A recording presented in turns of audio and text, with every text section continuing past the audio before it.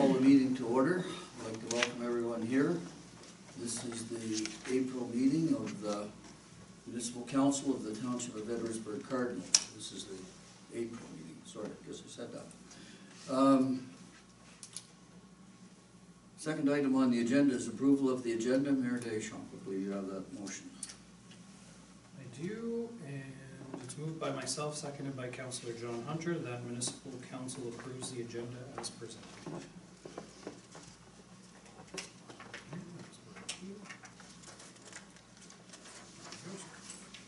You've heard the motion.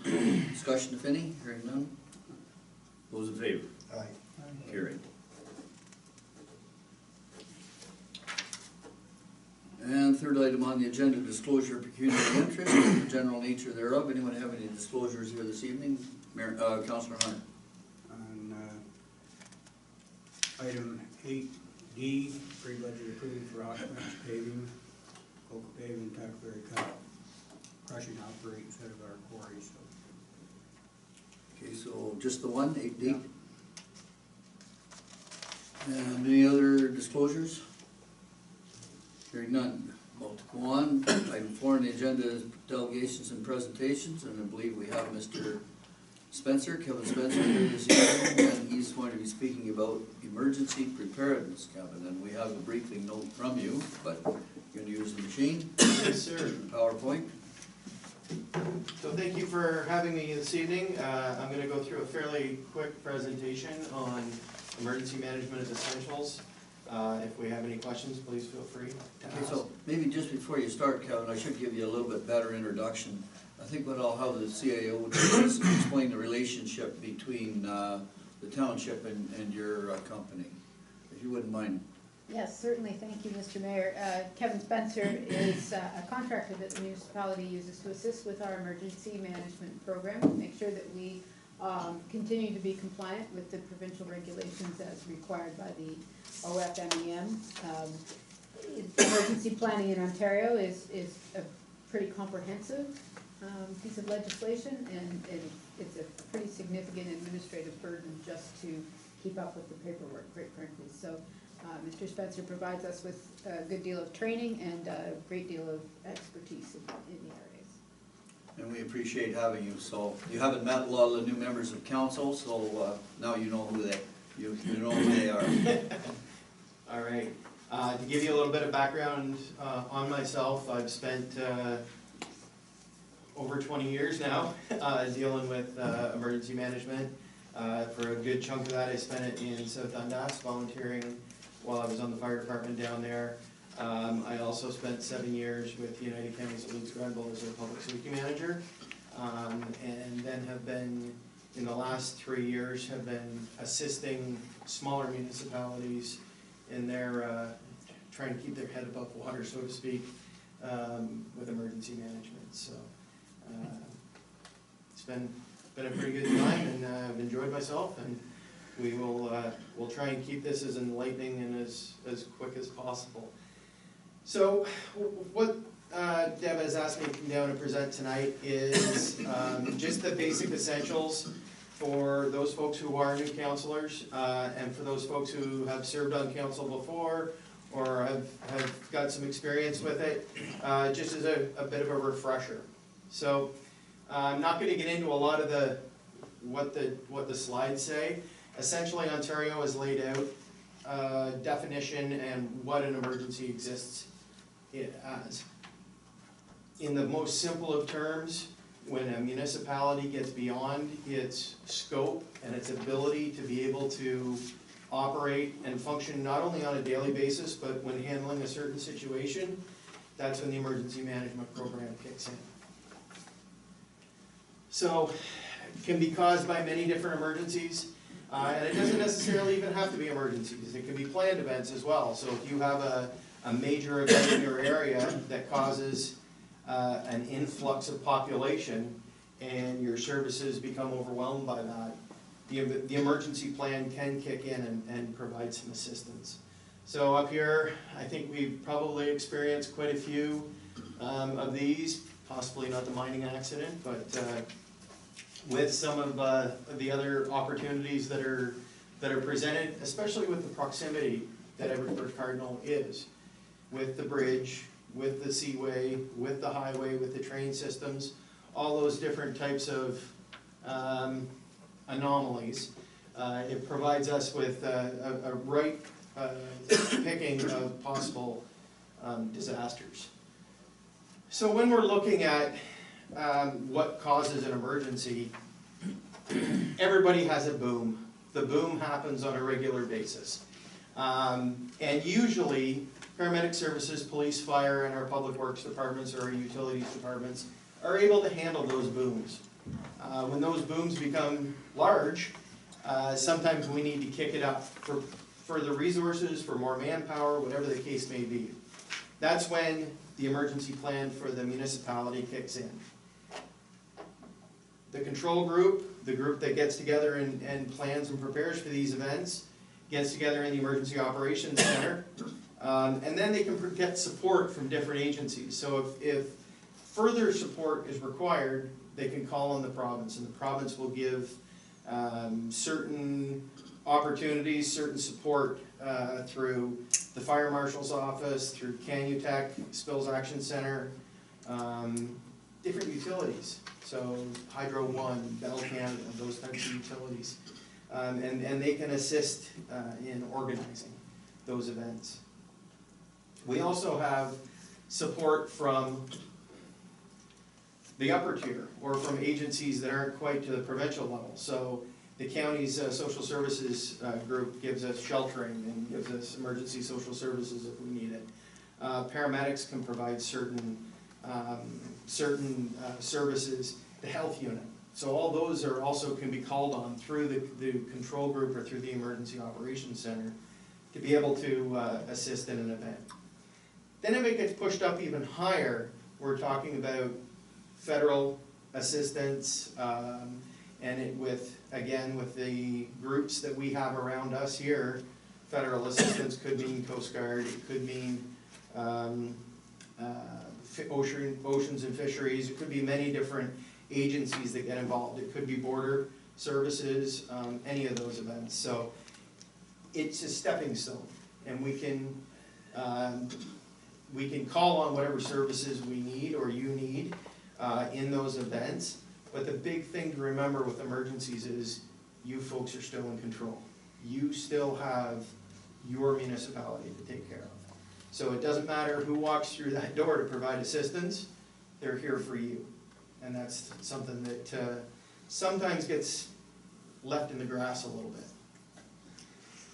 So Ontario's approach, and Deb mentioned the assistance that's required for compliance for the province.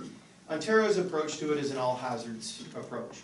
So what we want to do is make sure our people, our infrastructure is in good shape. So if we protect against all hazards, we're going to ensure that that's in good shape and it's in place. So that's what Ontario's approach is with the program, and it's set up through a hazard identification and risk analysis. So we look at what are the highest risks that we have in our municipality, and let's build our program around that, as opposed to having somebody else give us 50 different things that we have to set up, and we would never see that hazard actually occur. So we have to take and actually do the investigation and understand what risks are in our municipality. The other thing that we need to do is understand what our critical infrastructures are. If we don't know what our critical infrastructures are, we can't protect against them. So that's the other piece of the hazard identification and risk assessment that's critical. The components of emergency management, just quickly, we work off of prevention, mitigation, preparedness, response, and recovery. Those are our pillars that we work off of. So if we can prevent a situation from happening, by all means we're going to try and prevent it. If we can't prevent it, we're going to minimize it to a point where it's not as noticeable. Okay? Starts off with our hazard identification and risk assessment, our pillars of emergency management, and then it moves into our programs. How much does the public know about what we do and how we do it, and what the emergency plan is for your municipality? Do they have an understanding of what they need to do if there's a prolonged power outage? So all those pieces are in place, and we need to build that program to be able to work for that. And if we can do that effectively, we've got a pretty good program set up from a disaster resiliency standpoint. And I can say for a smaller municipality, you folks are in pretty good shape. You've got a very good background and a very good foundation for that program. We work off of 3 categories for hazards: natural, human caused, and technological. So natural disasters, storms, ice storms, summer storms, whatever you have. Human caused, we don't see a whole lot of that around here, but riots and civil disobedience and things like that. And then technological. So we experienced in 2003 the power outage of the eastern seaboard. It affected us. It's going to affect us again at some point in time. So the more we become technologically reliant or technologically based, the more risk there is that it's going to come back and bite us at some point in time. So we need to be ready for that. Our infrastructure sectors, I'm not going to get into that a whole lot, but there is 9 infrastructures in the provincial system. In the federal system, there's actually 10 infrastructures, and manufacturing is one of them, is the one that's missing from the provincial. So we do have some components that we can work off of and understand. I put this in there just to kind of to show critical infrastructure. Critical infrastructure, it doesn't matter what component of critical infrastructure it is, it's going to meet the other components at some point in time. So we need to be ready to be able to understand and have a knowledge. And the biggest piece of emergency management is the networking capability and being able to talk to folks and having an understanding of where we can get those services if we need them. Again, for compliance, there's certain things that are requested. Program committee or a control group is required that you folks have in place. An emergency management coordinator, so Deb acts as the emergency management coordinator for the township or the municipality. And there's bylaws required for all of those pieces of the puzzle. Other things that are required, they have an emergency operations center in place. Ideally, that you have 2, which you folks do. That there's an annual review, annual training of everybody involved, and an annual exercise to bring all that together. And that's the expectation, is that we continually test, and the more we can test, the more we're ready if something actually happens. So your community control group is made up of your head of council, CAO, and CMC are the same individual in this case. Usually you have your police, fire, paramedic services in the room, as well as public health and emergency social services, dependent on what's going on.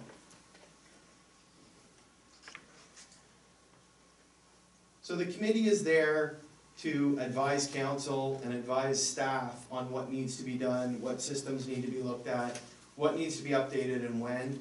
And it provides peace of mind to council that these things are being done and that there's an update going on consistently looking into this. So we've already talked about the CMC. The CMC is basically the quarterback for the whole program. They're the people who are responsible for ensuring a lot of these pieces of the puzzle are in fact up to date and in place. They do that through their emergency response plan. So the emergency response plan is there as a guide. It's not meant to be a step-by-step, because as we all know, in an emergency, we don't know, anything could happen. So we want to make sure that our response plan is flexible enough that it can meet a lot of the needs right off the bat. Again, the Emergency Operations Center is in place to ensure that people know where to go in an emergency.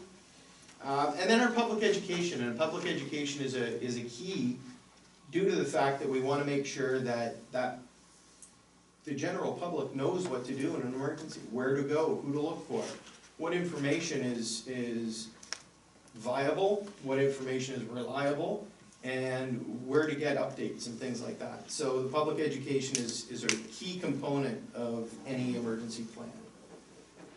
Our emergency information officer is that individual who influences the public behavior. They have the finger on the pulse so they can relay the proper messaging. And if set up correctly, that's the resource in an emergency that the general public is gonna turn to. They're gonna know that they need to talk to those people, and not listen to some Twitter handle that just jumped on and started typing stuff in, right? They wanna make sure that there's credible information that they're receiving. So during an emergency, as I said, something happens, people are aware that something's happened, and that declaration occurs when the resources for the community have been stretched to a point where they're in trouble. Solicitor General is notified through the Provincial Emergency Operations Center. The reason we declare emergencies is not only to get resources, but it's also to protect the municipality. In protection of the municipality, there are certain bylaws that can be bypassed, but at the same time, what it does is it provides a liability. People, there's an ability for the legalities of running a municipality to be protected when an emergency is declared, due to the fact that these are situations that nobody could have determined, or if they have determined them, that they're protected from a legal response if somebody brings a legal response forward. There's a checklist for the consideration of declaration of emergency in your plan. You can go through that at any point in time. Termination of an emergency. The head of council is able to declare an emergency. An emergency can be terminated by council, by the head of council, or by the premier. And I'm not going to get into that tonight. So the other piece that's coming up is continuity of operations. Some of you who may be in the business world understand this as business continuity. But continuity of operations basically sets up the resiliency and the succession planning for a municipality. And that is it. That was a very quick run through, but at any point in time, I'm sure we'll have communication through the exercise and training process. Does anybody have any questions? I just have a question for, I think it's for staff to answer, but you can answer it if you're aware of it. It refers to several bylaws in here. Have these bylaws being already introduced?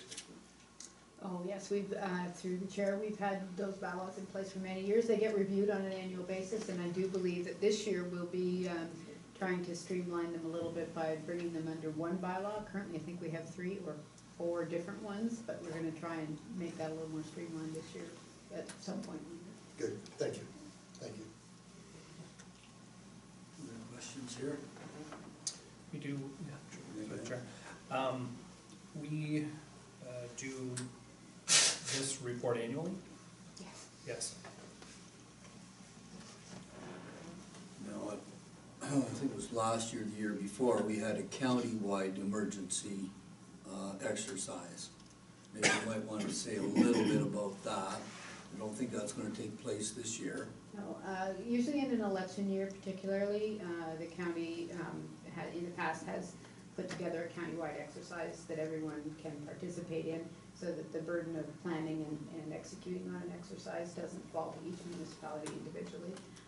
We've also done joint emergency exercise with our immediately neighboring municipalities as well on a countywide basis. This year we are probably going to do one just on our own, which exercises our specific plan. We can do that once in a while to make sure that everybody stays familiar with what's in the plan. And sometimes these exercises are what they call are tabletop exercises, where somebody sets up a scenario in writing and it's dealt with at a table. In other instances, it's a real life type of exercise, but I think most of our local township exercises have been tabletop exercises. And that's another place where Kevin helps us out, because in many of these tabletop exercises, Kevin sets up the scenario, and then everybody works according to the scenario that they've been given. Any other questions here? Just have one, Yeah. the chair is, and this is for staff too, do we have like a booklet on it, something like this somewhere? Yes, certainly It's we in- do, yeah. The emergency, through the chair, the emergency plan is a public document as far as the bylaw goes, but the in-house emergency plan binder contains appendices that aren't normally made public because they contain some protected information, basically relating to how to get a hold of people and those kind of things that may not necessarily, you may not necessarily want them to be public, as well as some of our own internal responses. Again, for security reasons, you may not want everyone to know just exactly what you've got in your bag of tricks when you have an emergency. But it is available to us as To the council. council. Thank you. Just again, to the CAO, is there a lot of change in the report from year to year? Through the chair again, that our emergency information officer was Shelby McFarland before her departure, and it fell to her to generally do that reporting. It is a significant burden. I ended up, Shelby had filed our 2018 report, thankfully, before she went on her way, but there was a few things missing, so I had to go back and resubmit it. It is a pretty time-consuming reporting mechanism. I think there are something like 15 or 18 different documents you have to provide. It's not sufficient to just say you've had an emergency exercise. You have to prove that you've had it by providing minutes and list of attendees, and every time you submit on an annual basis, even if your people haven't changed, you have to resubmit their training histories so that you can prove that they're adequately trained for the position that they're in. It is quite burdensome, in my opinion. And who's got that ball right now? Well, at the moment, that's one of the reasons that Kevin's helping us out this year more than others, because I knew that was coming, but Wendy will be trained and become the new emergency information officer, so that I'm hopeful by 2020 she'll be in a position to. Just one more for clarification. So, from year to year, even though time-consuming, costly, that sort of thing, a lot of overlap of the same information being required for us to supply to the province? That was my sense this year. I'll be honest, I hadn't done it year after year because it fell to somebody else on staff, but that was my sense for this year, that things had to be provided that they already should have had. They should have had it, correct? Okay. Thank you. Okay, well, if there are no other questions, I'd just like to thank you, Kevin, for coming in and going through this with us. I don't know what our plans are for our exercise this year, whether it'll be on the township level or on the county level. I know it will be on the township level, and then there was some talk about the paramedic chief getting in touch to see whether some of us wanted to participate at a county level. Did that contact ever occur? It did, Mr. Mayor. They had selected the date of June 27th to hold a countywide provincial exercise, countywide emergency exercise. My understanding is that there was not enough interest from the lower tiers, so they canceled that. And at the same time, they were going to do an emergency management training for elected officials, but Mr. Spencer's qualified to do that. We'll likely get that done in-house.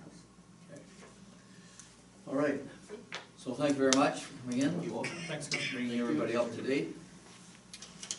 So so now I'm moving on to item number 5 on the agenda, and item number 5 on the agenda is the approval of the minutes of the previous council meeting. Councillor Hunter, I believe you have the motion. Moved by Shaw, second by Deputy Mayor Deschamps, that the municipal council receives and approves the minutes from the regular council meeting dated March 25th, 2019. Okay, approval of the minutes. Are there any errors or omissions? Seeing none, those in favor of the minute approval? Motion is carried, and now we'll deal with business arising from those minutes. Does anyone have any business arising?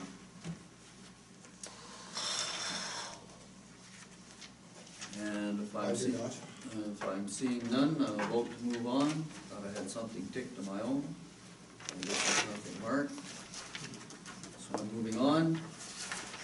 And the next item is then item number 7, approval of various committee meetings that took place during the month. The first is the library board meeting. Councillor Cameron.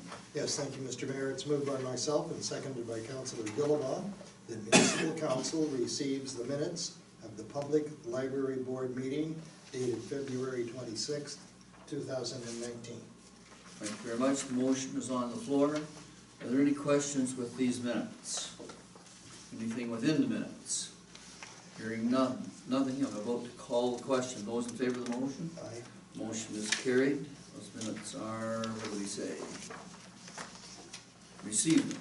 The board approves their own minutes, I guess. And so now on item 7B, the Port Management Committee, Councillor Dillabaugh. Moved by myself and seconded by Councillor Cameron that the municipality council receives the minutes of the Port Management Committee meeting dated March 20th, 2019. Very much. The motion's on the floor. Any questions arising from these minutes? Any errors or omissions? Hearing none. Those in favor? Motion is carried. Minutes are received. Again, the Port Management Committee approves their own minutes. We just received them. And moving on then to budget meeting number 6, Councillor Hunter. Moved by myself, seconded by Deputy Mayor Deschamps, that the municipal council receives and approves the minutes of budget meeting number 6 dated March 28th, 2019. Thank you very much. Any errors or omissions? Any discussion? Hearing none. Those in favor? Aye. Motion is carried.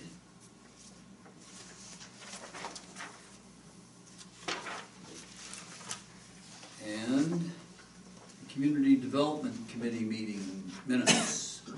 Deputy Mayor Deschamps. Moved by myself, seconded by Councillor John Hunter, that the municipal council receives and approves the minutes of the Community Development Committee meeting dated April 1st, 2019.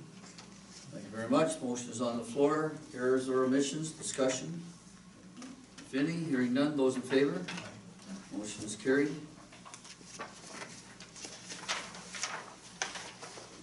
And the Committee of the Whole for Administration and Finance on the April 8th, Councillor Hunter. Moved by myself, seconded by Deputy Mayor Deschamps, that the municipal council receives and approves the minutes of the Committee of the Whole Administration and Finance meeting dated April 8th, 2019. Okay, lots of discussion with these meetings, lots of issues resolved. And we'll deal with the motions that were coming forward from those minutes a little bit later on in the agenda. But no discussion. I'll call the question. Those in favor of receiving these minutes, receiving and approving, motion is carried. Thank you. And now the Committee of the Whole, Public Works, Environmental Services and Facilities, Councillor Cameron. Yes, thank you very much. It's moved by myself, seconded by Councillor Dillabaugh, that the municipal council receives and approves the minutes of the Committee of the Whole, Public Works, Environmental Services and Facilities meeting dated April 15th, 2019. Okay, discussion if any? Hearing none. Those in favor of the minutes? Aye. Motion is carried. And so now we'll deal with issues that were discussed at those committees and the recommendations that came out of those committees. So moving to item 8 on the agenda, 8A. pre-budget approval of a plow truck. Counselor Hunter. Moved by myself, second by Deputy Mayor Deschamps, that the municipal council awards the tandem axle snowplow tender to Rush Truck Center in Kempville at a cost of $246,004.80, including non-rebated HST, and direct staff to execute the required documents as recommended by Committee of the Whole, Administration and Finance. Thank you very much. New snowplow. Discussion, if any? Hearing none. Those in favor? Aye. Motion is carried. Thank you.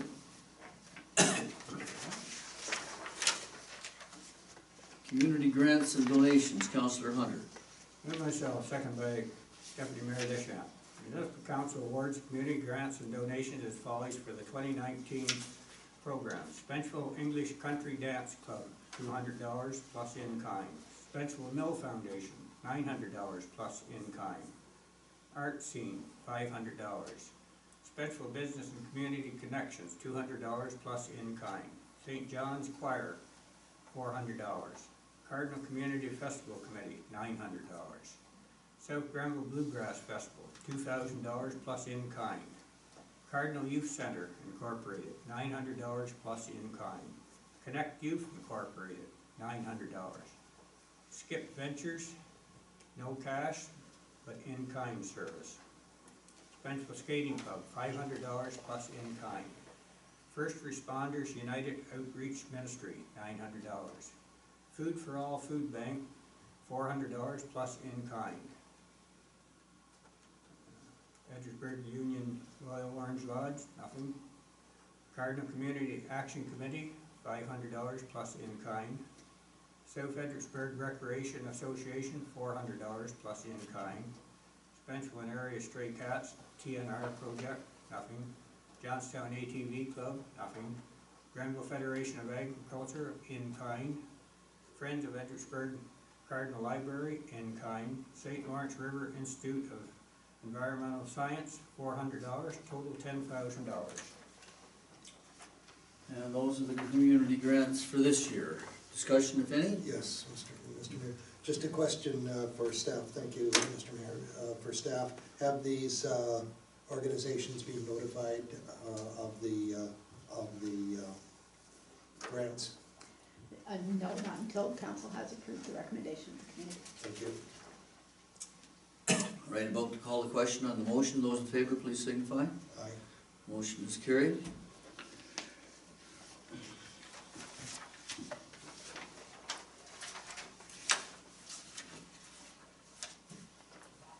International Building Safety Month. Councillor Cameron. Yes, thank you very much. It's moved by myself and seconded by Councillor Dillabaugh.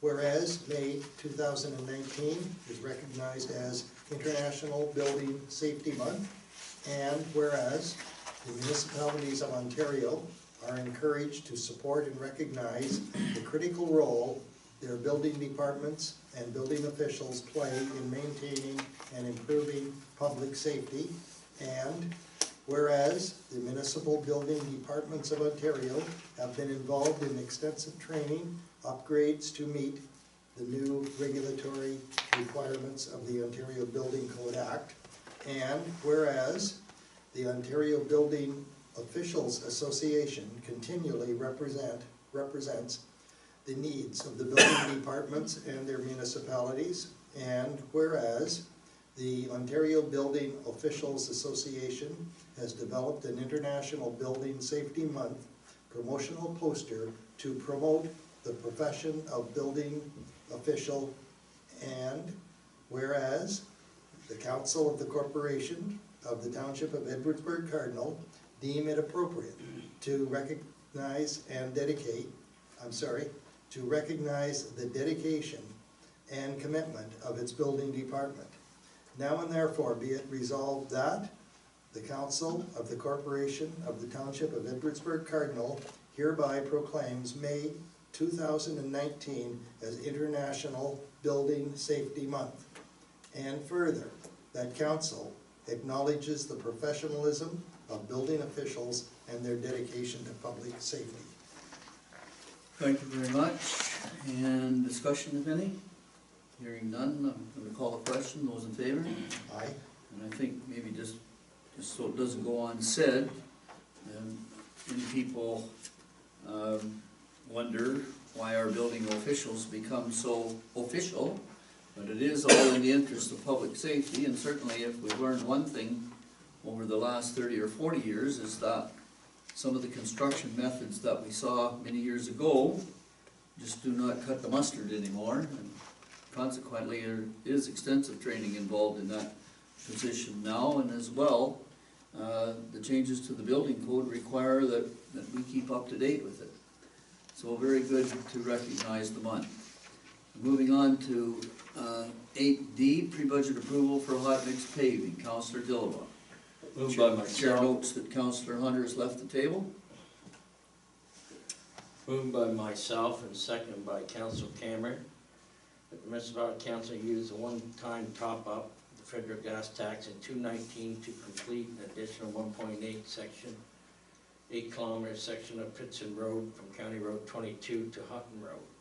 And 2, award the hot mix resurfacing tender ECPW 19-04 to Coco Paving Limited at a cost of $910,303.24, including non-rebated HST, and $3 authorized staff to execute contract documents approved $3,696.76 as contingency to be used at the Director of Operations discretion should any unforeseen issues arise during this project, as recommended by the Committee of the Whole and Administration of Finance. And the motion is on the floor. This is pre-budget approval for the contract. Discussion, if any. Hearing none, those in favor? Aye. Motion is carried. And Councillor Hunter returns to the table. Maybe. And item 8E, establish a reserve. Councillor Hunter. Move myself, second by Deputy Mayor Disha.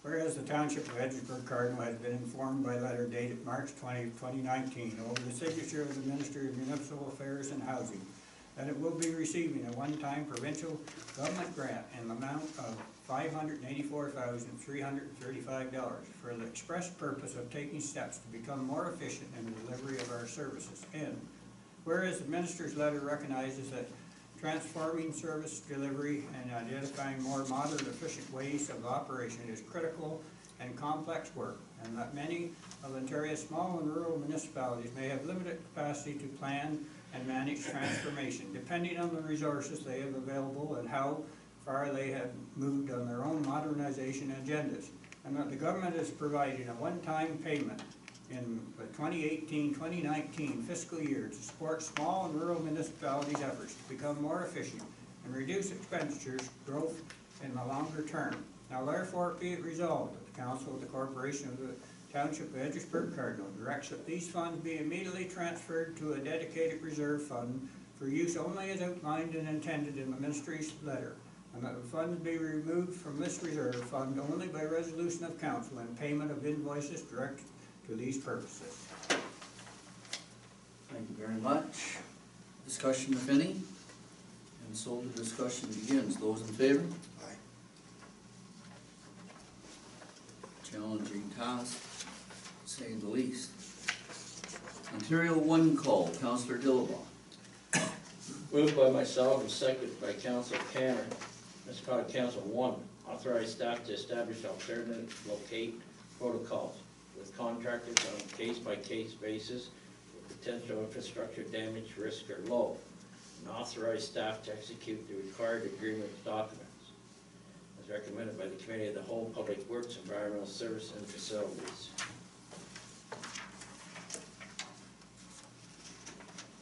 Thank you very much. Motion's on the floor. Discussion? Hearing none, those in favor? Motion is carried. Gallup Canal Bridge railing, pre-budget approval. Councillor Cameron. Yes, thank you, Mr. Mayor. It's moved by myself and seconded by Councillor Dillabaugh that Municipal Council, number 1, award the Gallup Canal Bridge railing replacement to DW Building Restoration Services, Inc. at a cost of $97,468.50, including non-rebatable HST, and 2, authorize staff to execute contract documents and approve $10,000 as contingency to be used at the Director of Operations discretion should any unforeseen issues arise during the project, as recommended by the Committee of the Whole, Public Works, Environmental Services, and Facilities. Thank you very much. Discussion, if any? Hearing none, those in favor? Motion is carried.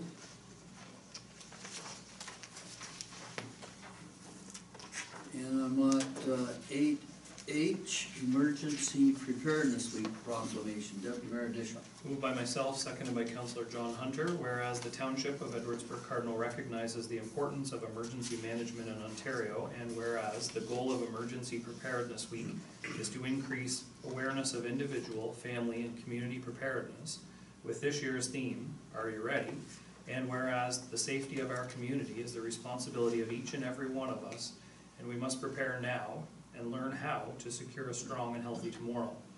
Now therefore be it resolved that the Council of the Corporation of the Township of Edwardsburg Cardinal hereby proclaims the week of May 5th to the 11th, 2019 to be Emergency Preparedness Week, and encourages all citizens to participate in educational activities on emergency preparedness. Very good. Discussion, if any? Hearing none, those in favor? Aye. Motion is carried, and maybe if I could just, a note to staff. The operative clause here encourages all citizens to participate in educational activities on emergency preparedness. May I suggest that at one point during Emergency Preparedness Week, one of the messages that we tried to get out to people was that they should have an emergency kit in their own homes that would be readily at hand and contain sufficient supplies to see them through for 48 or 72 hours, I forget which it was. But may I just suggest that that should be a strong part of our messaging, so that individuals learn to be responsible for themselves, because we can't be everywhere at once.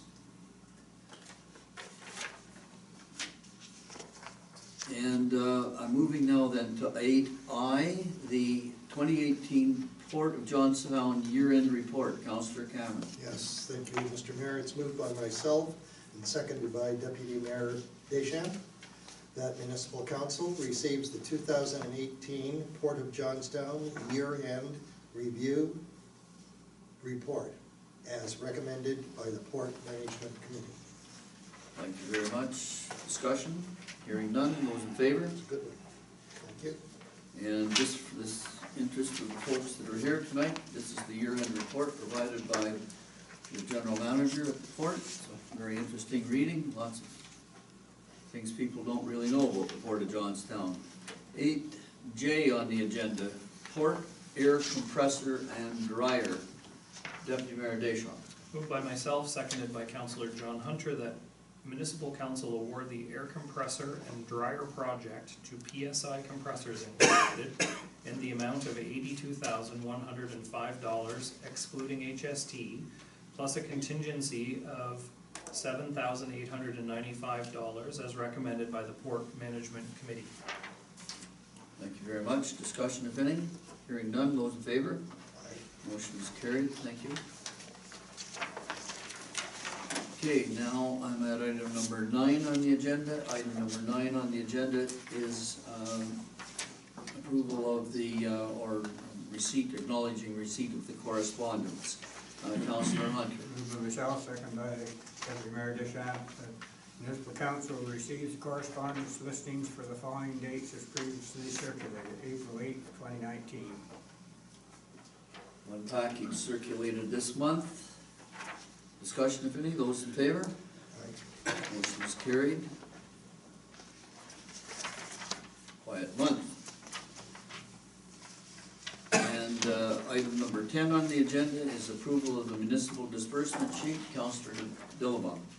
Moved by myself and seconded by Councillor Cameron that the municipality council approves payment to municipality invoices circulated and dated as follows. Report date April 1st, 2019, $383,106.01. Report date April 9th, 2019, $91,000, $398.20. Report date April 15th, 2019, $160,504. Report date April 17th, 2019, $65,244.08, for a total of $700,248.33.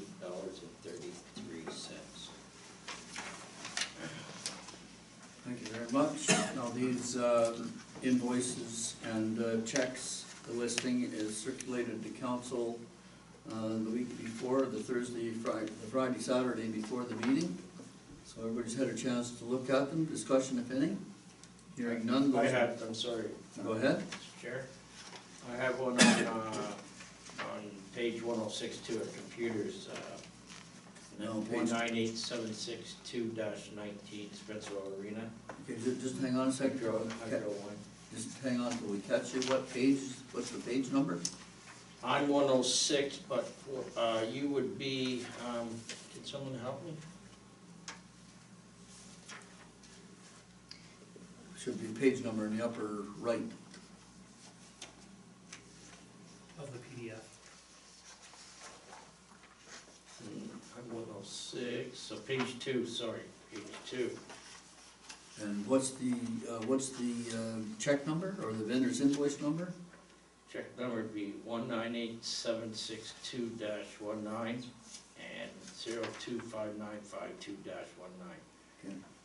Spencerville Arena, Ontario Hydro, 7,213, Yeah, we still, you gotta give us a chance to catch you, we're still not with you.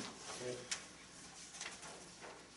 There must be two pages. Okay, The first page. Dated, yeah. Dated first. It's page 2 of the first section, It's inside dated the cover. 401. Not too far. 401-1113, Yeah, and it's Spencer, and where are we yeah, here now? about the middle of the page. Okay. Hydro One Network. Okay, so Hydro One Networks, okay, so then what's the reference number down? 198762-19 Right, and 025952-19. and what is the question? Question is $7,213.40 for hydro and $31,2989 with around $10,000. Okay. And that is for the month of March, I do believe. Okay, so I'll have to go to staff here. Now, ordinarily, staff doesn't have these invoices immediately at hand. And I don't think tonight's an exception. No, and that's fine. All I'm saying is we have one there and another one, 15,000 for the Cardinal Arena.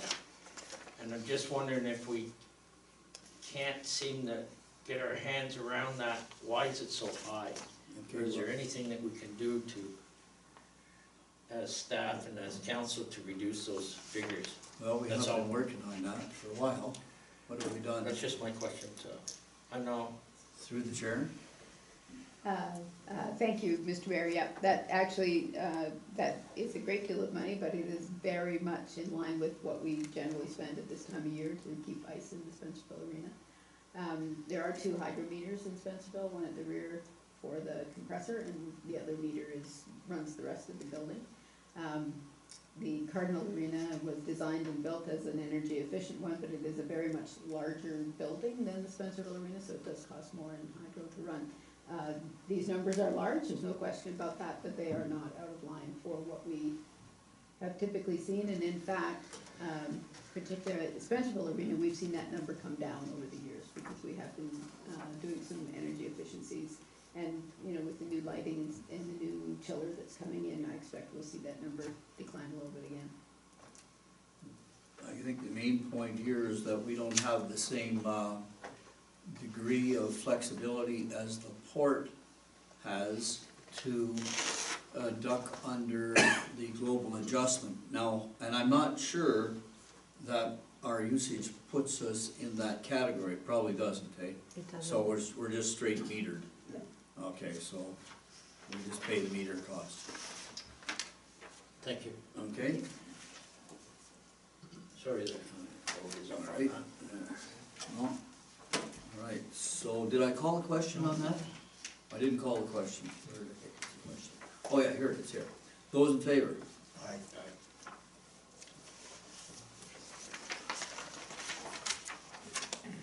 All right, so now I'm at item number 11 on the agenda, which is dealing with the number of bylaws. We have quite a few here tonight, I see. What do we got? 6 bylaws. So this first bylaw is the final reading of the procedural bylaw. Councillor Hunter. Move myself, second by Deputy Mayor Deschamps, that a bylaw to govern the proceedings of council and committees of council be now read a third time and finally passed, signed, sealed, and numbered 2019-15. Okay, so that, this bylaw had first and second readings previous, and I think if I discussed this with the CAO, there was no comment from anyone during the intervening month.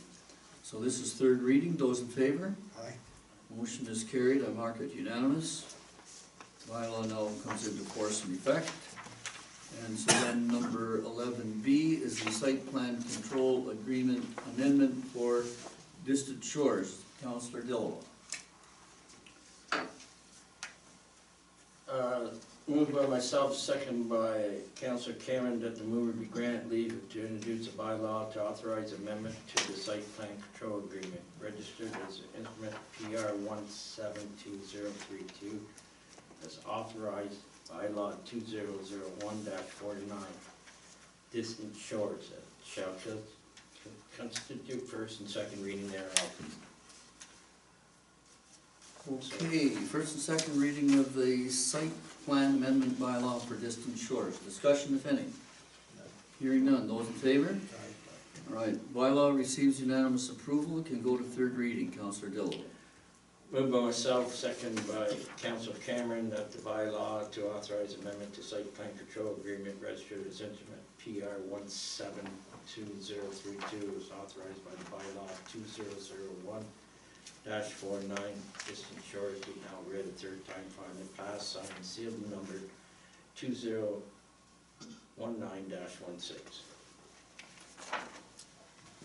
Third reading. Discussion. Hearing none. Those in favor? Aye. Motion is carried. I mark it unanimous. And I'm at 11C, the site plan and control agreement for James Rust, Deputy Mayor Deschamps. Moved by myself, seconded by Councillor John Hunter, that the mover be granted leave to introduce a bylaw to authorize the execution of a site plan control agreement, Rust, and this shall constitute first and second reading thereof. Discussion, if any? Hearing none. Those in favor? Aye. Mark it unanimous. Proceed to third reading. Moved by myself and seconded by Councillor John Hunter, that a bylaw to authorize the execution of a site plan control agreement, Rust, be now read a third time and finally passed, signed, sealed, and numbered 2019-17. Third reading for Rust, R-U-S-T. Those in favor? Aye. Motion is carried. And a site plan control agreement for Mulders. Councillor Cameron. Yes, thank you, Thank you very much, Mr. Mayor. It's moved by myself and seconded by Deputy Mayor Deschamps that the mover be granted leave to introduce a bylaw to authorize amendment of the site plan control agreement as authorized by bylaw 2003-46, bracketed Mulder, and this shall constitute first and second reading thereof. Mr. Mulder's site plan agreement. And discussion, if any. Hearing none. Those in favor? Aye. Carried unanimously. Proceeds to third reading. Thank you again. It's moved by myself, seconded by Councillor Hunter, that a bylaw to authorize amendment of the site plan control agreement as authorized by bylaw 2003-46, bracketed Mulder, be now read a third time and finally passed, signed, sealed, and numbered 2019-18. discussion? Hearing none, those in favor? So that's carried for third reading for the site plan agreement amendment. Now, just to staff, clear in my mind, he's now eligible to get his building permit. Is that correct? That's correct. And then we have the public meeting on May the 6th. 6th, which is the rezoning of the rear lot, which if, depending on how the public meeting goes, the concept is that we'll tie that rear lot into the front lot. That's right. Okay. All right, so May the 6th is a public meeting, important that we all be here for that meeting, I Yes, believe? please, yeah. And then we'll be dealing with that later on in the month. All right, and so now I'm at item 11E on the agenda, which is approval of the municipal smoking policy bylaw. Councillor Hunter. Moved by myself, second by Deputy Mayor Deschamps, that the mover be granted leave to introduce a bylaw to establish a policy regarding smoking and vaping in municipal, Sounds like you've been smoking. municipal facilities and public places in Michigan through first and second reading. Okay,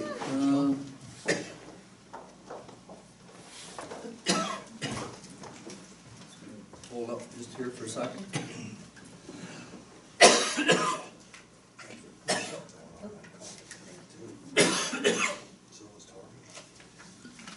Okay, so we're voting on first and second reading of this smoking bylaw. Those in favor? Aye. Councillor Hunter is back with us. Carried unanimously. Looking for the third reading, but I think maybe I'll ask Deputy Mayor if you'd take that from Councillor Hunter. Sure will. And leave the way it's written. Moved by Councillor Hunter. Yes. Yes, leave it that way, yeah.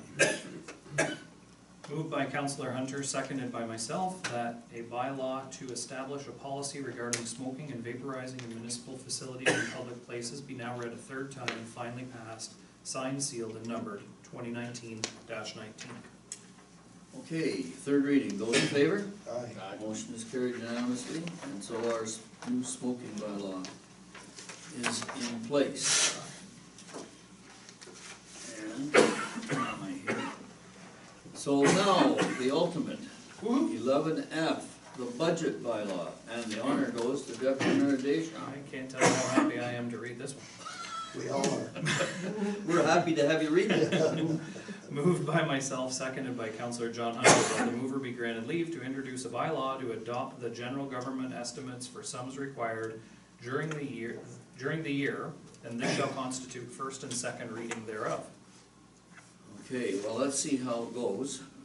Those in favor of first and second reading, please Aye. signify. That's carried unanimously. It can proceed to third reading. All right, moved by myself, seconded by Councillor John Hunter, that a bylaw to adopt the general government estimates for sums required during the year, now read a third time and finally passed, signed, sealed, and numbered 2019-20. Mr. Mayor, I call for a recorded vote. Recorded vote on this, requested by Councillor Hunter.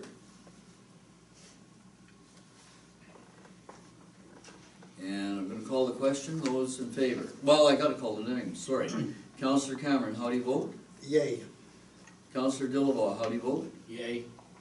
Councillor Hunter? I vote nay. I think it's improper to lead the people astray by a 0% tax increase when we have an outstanding ability to maybe lose a large portion of tax to impact on our reclassifications of our giant tiger building, so I think we should have been going to a 2% increase. Okay, I'll record that vote, and Deputy Mayor Deschamps? I vote yea. And I'll vote yea as well. So the motion is going to carry. And so just by way, yes, there is a 0% increase in the tax rate. However, the township will take in some $600,000 more than budgeted last year. And yes, we do know that there has been an appeal of an assessment and that depending on how that appeal works out, we may very well end up having to refund some dollars to the successful proponent of that appeal if it comes to that. But generally, these things drag on for some period of time. I think as well, it should be said, after 7 meetings this year, we know full well that even though we may have gotten through this year with a 0% increase, I don't think it's realistic to expect that that will continue in the future. I mean, I think we saw during the budget discussions that there were a number of areas where we probably could have used a few more dollars. However, with the differential in the revenues that last year as opposed to this year, we've done what we've done, and we'll see where we stand at the end of the year. All right, moving on. I'm at item number 12 on the agenda, which is the CAO's administrative update. I'm going to ask Councillor Dillabaugh to put the motion on the table, and then before I call the question on the motion, we'll have the CAO outline her report. Councillor Dillabaugh. Moved by myself and second by Councillor Cameron, that the Municipality Council receive the CEO's administration report as presented. Okay, the motion to receive the report's on the table. We'll have the CAO speak to the report. Thank you, Mr. Mayor. Just a couple things I wanted to highlight. I have recently engaged Mr. John McGew of Prevention and Regulatory Solutions to give us some assistance with workplace violence and harassment training. We are required to provide that training every 3 years, and the last time it was done was 2016. We don't have a date yet set, but I did want to make you aware of that training because it does include all of staff and council.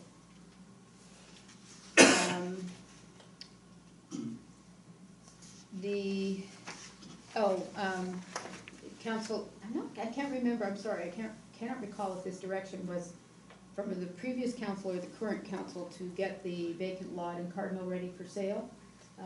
That was vested in the township's name through the tax sale process after there was a fire at the property on Dundas Street. Anyway, I have moved ahead with that direction of council to get a survey done and get an opinion of value and prepare to put that lot on the market. What was this location? Dundas, on the west end, sort of directly behind Canal Street. Oh, yes. Yeah. The surveyor may have been there even last week, if not this week for sure. The standard of care training, I think that one may start at 6 o'clock. Yes, it does. I didn't put the earlier start time on that list of meetings, but that standard of care training will take place starting at 6. It's a fairly lengthy evening. We want to be sure to be out of here by 10. So Where is that on the report? on the upcoming meeting schedule? Oh, and so just mark it for 6 p.m. Yes, please. Hope we get a reminder. Sure. I guess the official plan of the open house was held on May the 11th. Pretty good turnout, 13 members of the public, and I thought a very good discussion. Only one comment sheet has been received today, but I thought it went very well, so we're expecting that will move ahead in its due course. CDC will be hearing about the fulsome report on that.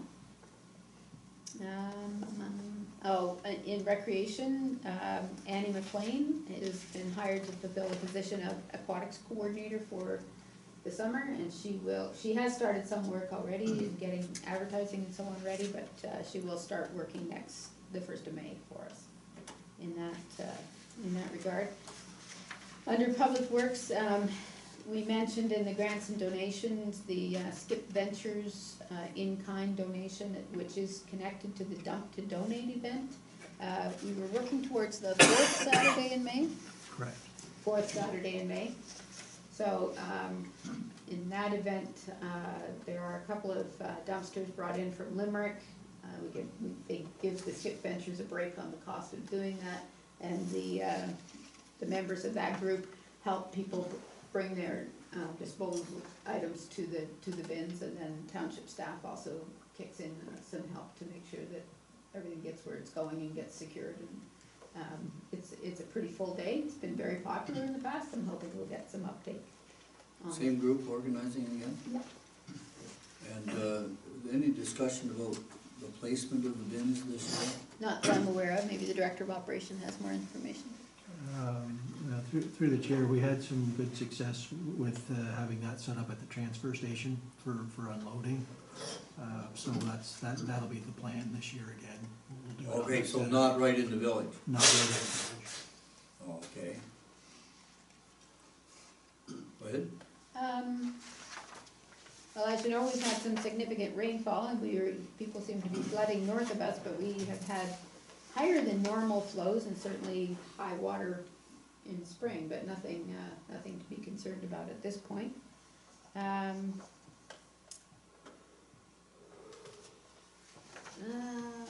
don't think there's a whole lot more. I do wanted to just touch on, because Spencer was here for his presentation, that Emergency Preparedness Week is May 5th to 11th. We do participate in some joint advertising and some joint public education efforts with our neighbors. And that would include the 72-hour message that the mayor mentioned earlier. That's typically part of the provincial package, I guess, they give us to do that. As well, we're going to do a little bit of an extra campaign specific to the township, and we've coined it as Plan Your Route. With the upcoming construction season, the idea is to encourage people to check some of the live traffic applications, Google Maps or Waze or one of those, even if they know where they're going, to find out whether or not there's been a holdup. So before you go, even if you know where you're going, just check to see if there's been an accident or there's some other holdup on your route. So it's just a sort of a reminder that we have that technology for the most part, and we should be making use of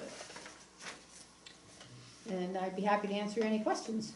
Well, I won't let you go until you deal with, on page 104, under economic development, down about four of the text blocks there. I think you should talk about that one. I think that's, Oh, shall we talk about the cidery? yeah, the cidery. We were under economic development on page 1. We were very delighted to find out that what's referred to locally as the Macintosh House on the main street there, the big beautiful stone home that's been for sale for some time, has been purchased by Pete and Melissa Rainville. They are currently residing in Barhaven, where they run a little craft cidery called Flying Canoe Hard Cider. You may have seen it. It's actually in several LCBO stores. And so they're moving their family here for sure, and hopefully their business as well. There may be some development work needed on the property in order to have that as a home-based business. But they're certainly very excited to come, and we're certainly very excited to have them. And then Deputy Mayor Deschamps was whispering in my ear, is there anything more on the release of the money for the 730 truck stop? Not to date. We know that the funds are being held in trust by our solicitor, so it's that much closer to our bank account. They were to try to get the court date by the end of April, and of course, it is only the 22nd, so we may yet hear from them. When we're on the economic development, anything going on with BBL besides getting cleaned up? No, Mr. We talked to Grant or anything? Mr. Lawson was returning to town this week, I believe, today or tomorrow, and was gonna get in touch with us and set up a time for us to go and see what he's been doing with the building and have a conversation. So I expect that'll happen in the next few days. Thank you. Go ahead.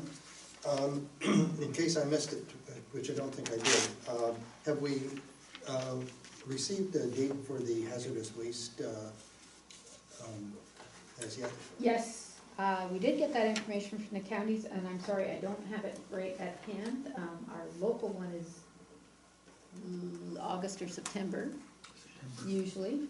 September, I think, for the South Granville Patrol. Yes. But they are going ahead with it. I'm not sure if it's on our website, it's definitely on the counties. Remind me and I'll send out the email tomorrow. Thank you. Yeah. Appreciate that. That's all, Mr. Mayor, thank you. Yeah, I have the poster at home from the counties, but can't remember the date. Are there any other questions with the CAO's report? Okay, hearing none. I'm gonna deal with the motion then. The motion is to receive the CAO's report as presented. Those in favor? Motion is carried. And so now I'm at item 13 on the agenda, which is councillor inquiries or notices of motion. Okay, I just have one inquiry, I didn't get a chance to look at it tonight. Did we manage to get her clock in front of the town hall moved ahead? I don't know. I will follow up on that tomorrow, Councillor Hunter, thank you. I've had a few inquiries about are we staying on standard time? Make a statement. Yes, indeed. Make a statement. anybody else? Any?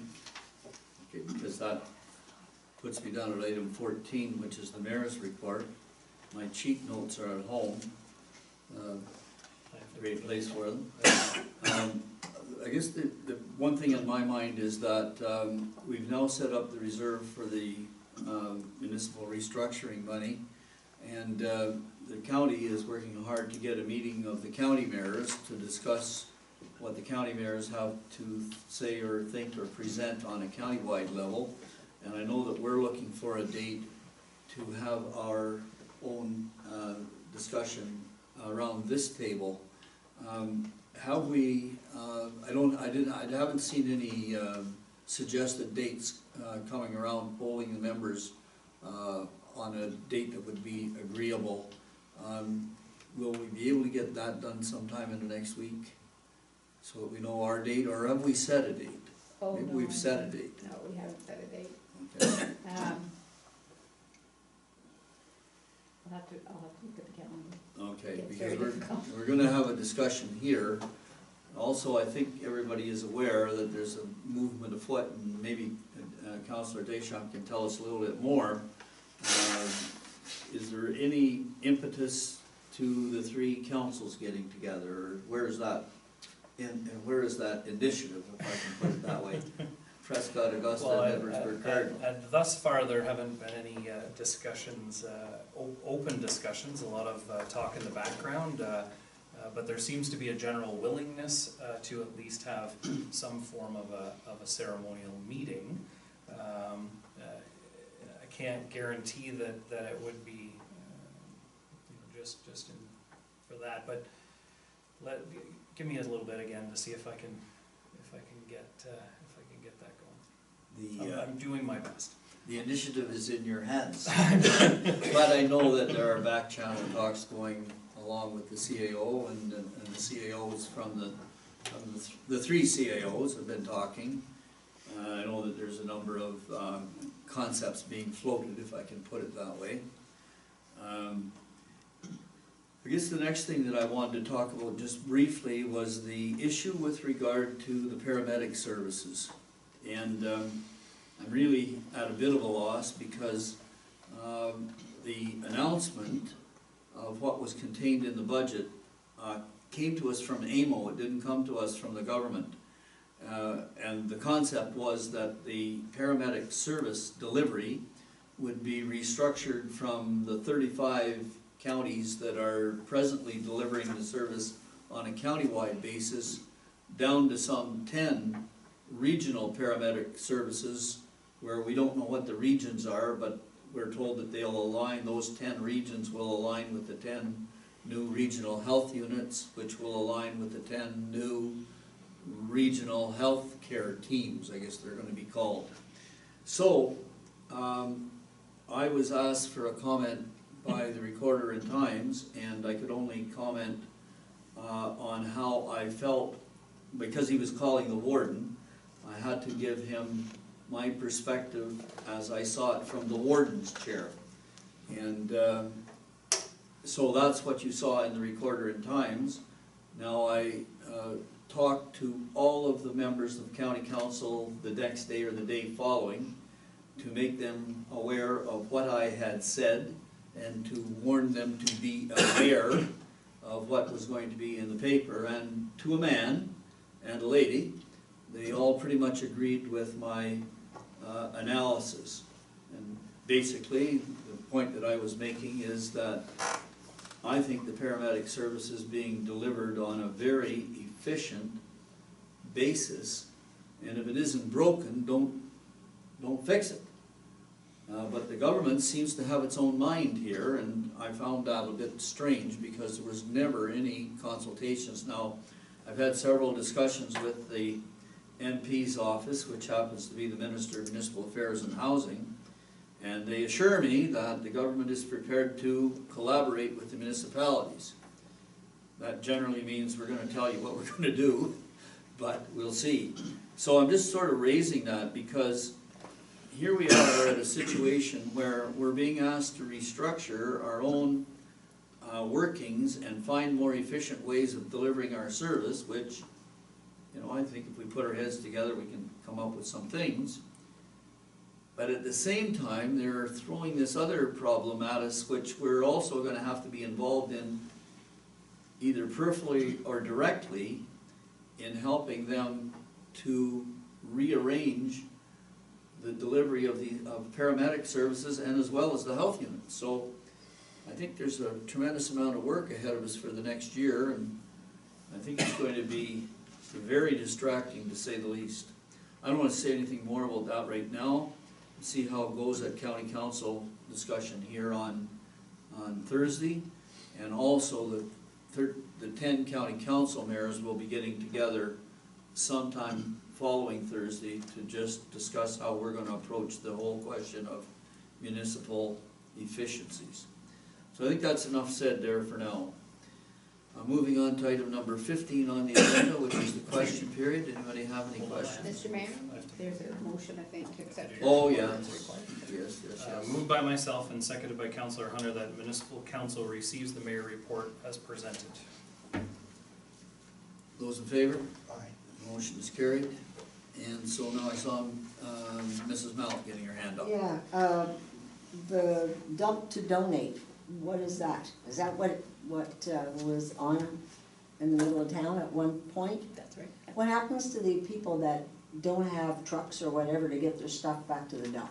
That's what Skip Ventures was doing, is they were, by phoning Skip Ventures, they had a bunch of trucks and adults and kids lined up to sort of provide the transfer.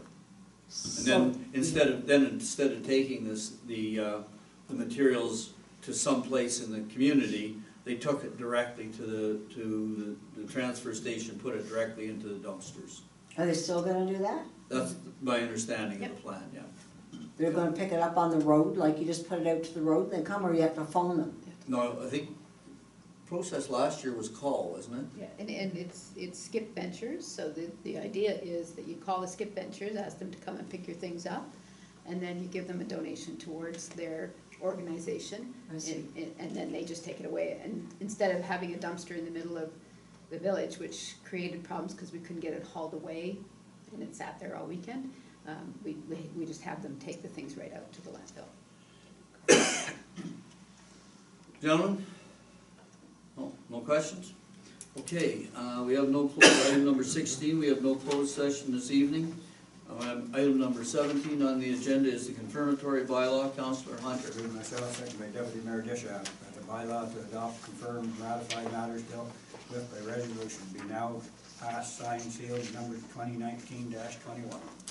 Now, the interesting thing is that the procedural bylaw got third reading about 20 minutes ago. So the procedural bylaw is now in force and effect, is it not? Correct. Hasn't been sealed yet, but it's in force and effect. So the confirmatory bylaw just needs one reading, is that correct? One reading. So those in favor? Aye. Motion is carried. Confirmatory bylaw gets one reading and it's passed. That's efficient, yeah. I don't know what we say. All right, so now the chair is looking for the motion to adjourn. Councillor Cameron. Yes, thank you, Mr. Mayor. It's moved by myself and seconded by Councillor Hunter that municipal council is now adjourned at 7:49 p.m. Who's in favor of the motion? Aye. Motion is carried. Thank you.